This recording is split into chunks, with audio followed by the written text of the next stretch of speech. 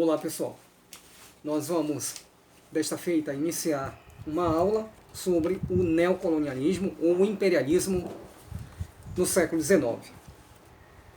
Conceituando o imperialismo, eu diria que foi um momento na história universal, caracterizado por uma política de expansão e domínio da Europa sobre o resto do mundo. Europa, Estados Unidos e Japão sobre o resto do mundo. E esse domínio ele ocorre nas áreas militares, econômica e também política e também nos hábitos gerais, culturais do povo asiático e africano. Essa colonização, essa neocolonização do século XIX, no caso da África, vai se iniciar com o rei Leopoldo II da Bélgica, o Leopoldo II.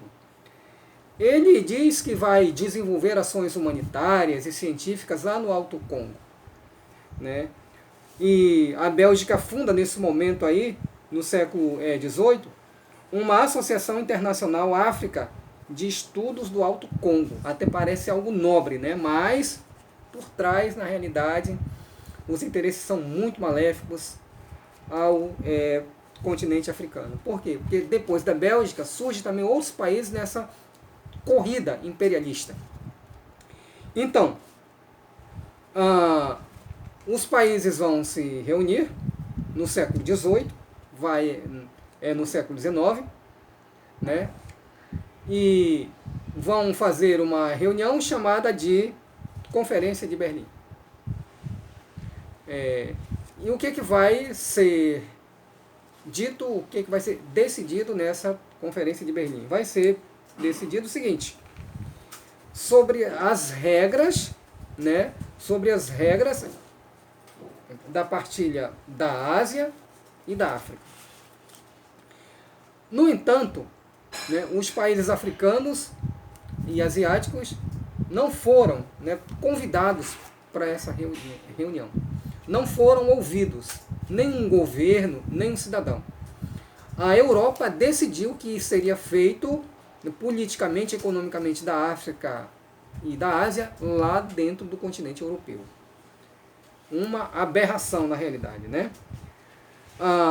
Então, vem a resistência, Os países africanos, aqui no caso, não vão ficar somente olhando os europeus chegarem sem fazer nada. Então, vai haver muita resistência. E dentre essas resistências, nós vamos ter a Guerra dos Bóeres.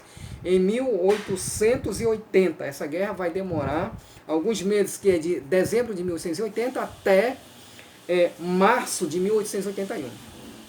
Os Bóeres são antigos filhos, ou melhor, são filhos de fazendeiros holandeses que vivem na África do Sul. E eles exploram ali aquela região da África do Sul. Até que em 1887 descobriu-se, no momento, a maior jazida de ouro então conhecida no mundo.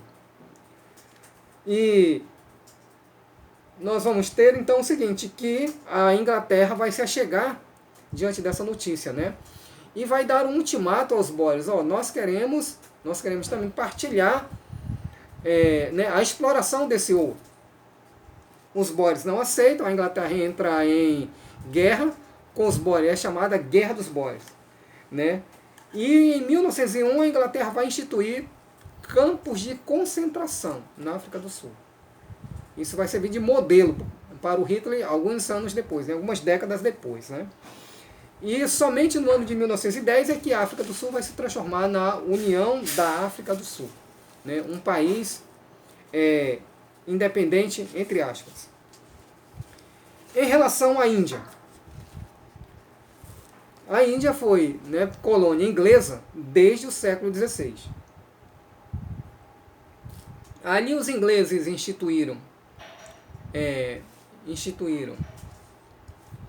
a chamada Companhia das Índias Ocidentais, de comércio, no século, ou melhor, durante a Idade Moderna.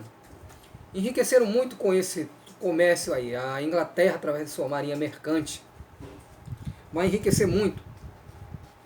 E vão fundar algumas feitorias e cidades ali na Índia, como, por exemplo, né, Bombaim, Calcutá, são cidades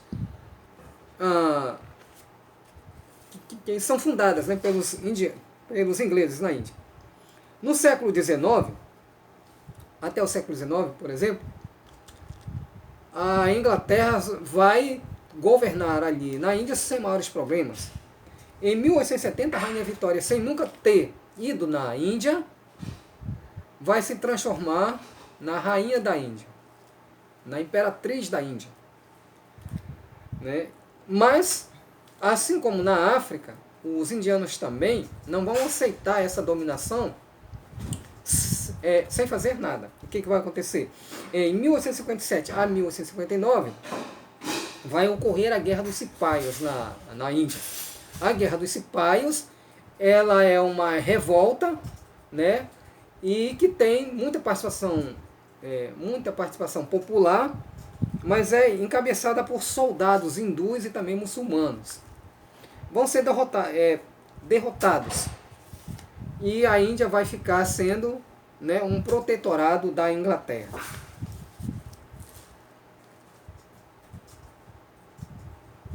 Em relação à China, desde o século XIX inteiro, a China vai se manter fechada ao Ocidente. No século XVIII, por exemplo, um embaixador inglês chega na China, a mando do governo inglês, oferecendo, né, os produtos, oferecendo a chegada dos ingleses na China. Mas o imperador chinês vai dizer o seguinte: como o vosso embaixador vai mandar esse recado, né, ao governo inglês, à rainha inglesa? Como o vosso embaixador pode ver, por si só, não precisamos de nada dos ingleses. Não ponho valor em objetos engenhosos dos ingleses e não temos uso para produtos das vossas fábricas. Né? Então, mas diante dessa recusa, a Inglaterra vai encontrar uma saída para entrar na China, penetrar na China. E que saída é essa? A Inglaterra produzia na Índia, né, uma planta que fabricava uma droga, um entorpecente chamado de ópio. E esse entorpecente ele era vendido na China. Era vendido na China, né, em detrimento das famílias chinesas. E o governo chinês então se preocupou muito com a venda do ópio na China pelos ingleses, e isso aí era proibido, mas era financiado pelo governo inglês, a venda do ópio na China. A rainha da Inglaterra estimulava, né, a produção de ópio na Índia para vender na China. O governo chinês se contrapunha a isso. E em 1839, então, vai destruir um carregamento de ópio que estava chegando nos portos da China. Os ingleses, então, revidaram e acusaram o imperador chinês de violar o livre comércio entre China e Inglaterra. Em 1839 a 1849, então, vai haver uma guerra entre a China e a Inglaterra, a Guerra do Ópio. E mais duas guerras se seguem, de formas que os ingleses vão confiscar, né, o território de Hong Kong, onde hoje é a cidade de Hong Kong, e forçar a Índia, portanto, né, a pagar uma indenização muito alta à Inglaterra. Nós vamos ter mais guerras ainda no final do século XIX, e essas guerras vão levar a Inglaterra a dominar a região da Índia, junto com a Alemanha, a França, a Rússia e o Japão. Pois é, mas mesmo assim no início do século XX, vai ocorrer na Índia a formação de uma sociedade secreta chamada de Bokras, né? Os Bokras. E esses Bokras vão se organizar para derrotar o governo inglês. Mas eles são derrotados. E em 1911, portanto, a China organiza, né, um partido político chamado de Partido Nacionalista Chinês. Derruba o governo chinês que, assim como na África, em vários países da África e também em vários momentos, né, os governos locais eles agem de acordo com essa dominação externa. E os que não agissem eram deslocados e em seu lugar colocado outros interventores europeus. Né? Muito bem. E o imperialismo japonês e o imperialismo americano. Nós vamos tratar desses dois aqui agora. O imperialismo americano e japonês. O Japão se industrializa no século XIX, forçado pelos Estados Unidos. Né? Aqui nós vamos ter que, a partir da segunda metade do século XIX, os americanos ameaçaram bombardear o Japão com canhões, né, e com tanques, pelo mar. Se o Japão não abrisse, né, o seu comércio à economia americana. Então o Japão se vê forçado a fazer isso. Um imperador chamado de Mutsuhito Meiji. O Mutsuhito Meiji, portanto, então, é obrigado a aceitar as condições americanas de exploração no Japão. Mas, diferentemente da África e da Índia, o imperador Mutsuhito Meiji vai fazer o seguinte: ele vai enviar estudantes americanos, ou melhor, estudantes japoneses aos Estados Unidos, à Inglaterra e ao restante da Europa. E vai dizer o seguinte: vocês vão estudar, né, nos Estados Unidos e na Europa, né, e vão aprender, né, os processos da tecnologia americana e europeia, né, e trazer isso para o Japão. E foi isso que aconteceu. Os estudantes japoneses dos Estados Unidos e da Europa, né, vão trazer os processos tecnológicos que vão ser desenvolvidos no Japão, e o Japão se torna, portanto, um país industrializado. Em 1852, nós vamos ter, a partir daí, então, o seguinte, que o Japão vai pôr fim aos feudos, né? O Japão ainda nesse momento, uma sociedade feudal, dominada por samurais. Vai ter fim isso aí, o governo do Mutsuhito vai colocar um fim nisso.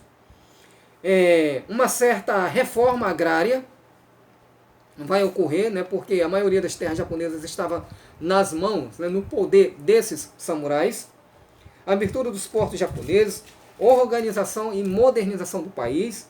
Nós vamos ter também um intercâmbio entre o Ocidente e o Japão, uma democracia constitucional e não mais agora uma democracia absolutista. O Japão vai mudar o seu regime político, uma república, ou melhor,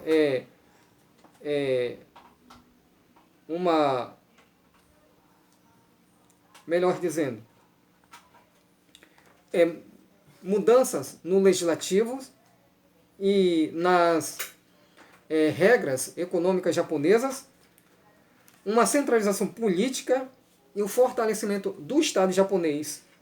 Além de que uma moeda japonesa e os bancos japoneses vão ser organizados, como também um investimento maciço no sistema de educação japonesa e nos transportes. Então, essa era do desenvolvimento japonês, essas medidas que são tomadas ajudam o Japão a se desenvolver, e essa era se chama, portanto, a partir da segunda metade do século XIX, de Era Meiji. E com relação aos Estados Unidos? Os Estados Unidos vão se industrializar no século XIX. Os Estados Unidos são filhos de mãe rica, da Inglaterra. Portanto, né, a colonização americana no século XVII em diante é uma colonização de povoamento e que vai facilitar uma certa liberdade nos Estados Unidos, uma certa liberdade de produção. A Inglaterra até quis interferir, né, em décadas, né, posteriores à chegada dos pioneiros, mas essa como é que eu diria, né, intervenção inglesa vai ser interrompida. Logo depois da Guerra de Secessão, da Guerra da Independência, da Guerra de Secessão, os Estados Unidos vão partir para a sua industrialização.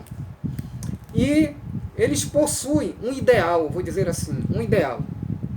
Primeiro, vão constituir, né, uma legislação, uma constituição liberal que vai ser base para tudo que vai ser os Estados Unidos depois disso, após isso, né? Uma política econômica agressiva e uma crença no diferencial, né? Eles vão se considerar os guardiões da democracia, das liberdades econômicas, né, e políticas do mundo.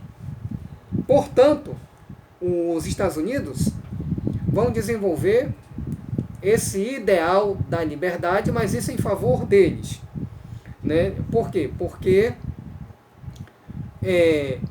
na realidade vão se tornar um país dominador, né? Imperialista, e um imperialismo nacionalista, muito nacionalista, ligado ao orgulho americano, à influência americana no mundo, que é tida como a melhor do mundo, né? O modo de vida americano, existe o céu e depois existe o modo de vida americano. Os Estados Unidos da América como o melhor lugar do mundo para se viver.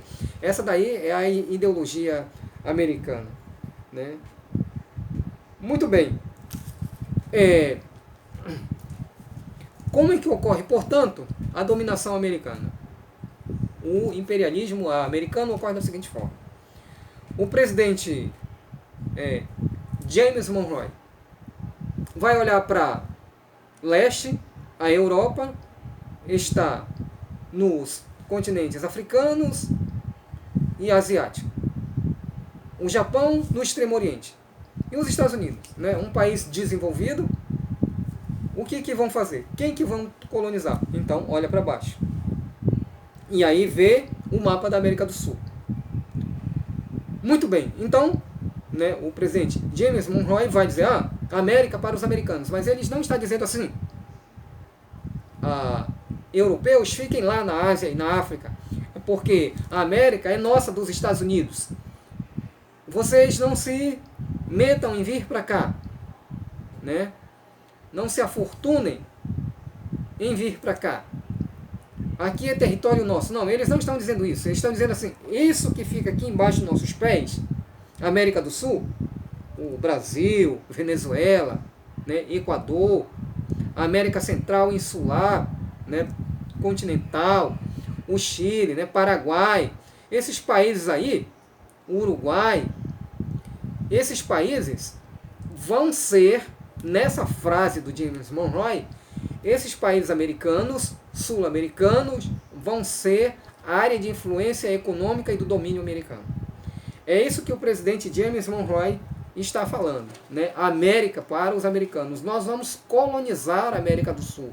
Nós vamos explorar a América do Sul, uma vez que os europeus estão na África e na Ásia e o Japão no Extremo Oriente.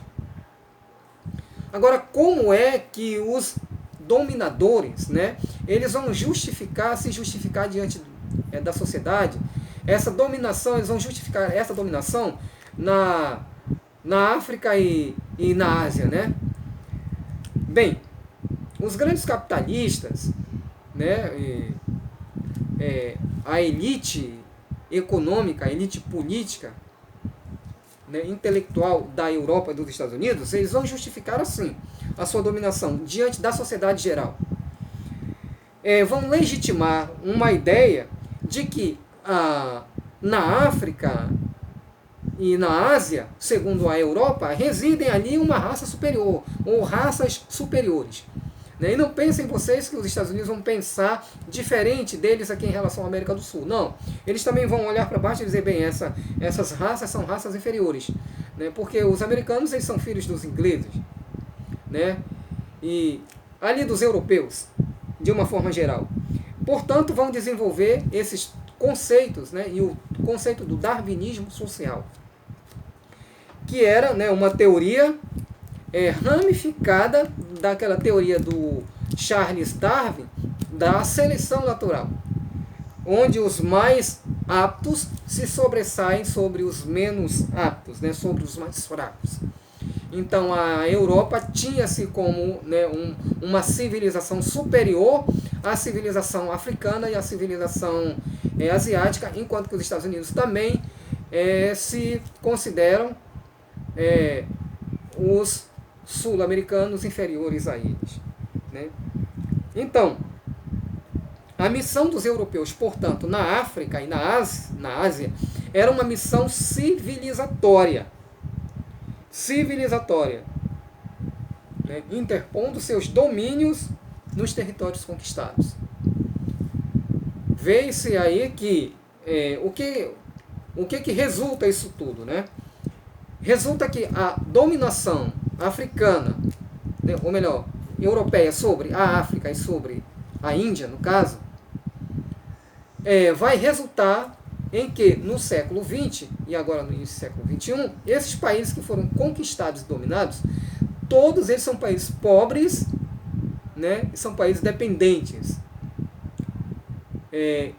São países em que vendem as suas potencialidades minerais, econômicas de uma forma geral, de forma muito barata aos países ricos da Europa, Estados Unidos e Japão, que não possuem mais recursos minerais, recursos naturais para serem explorados.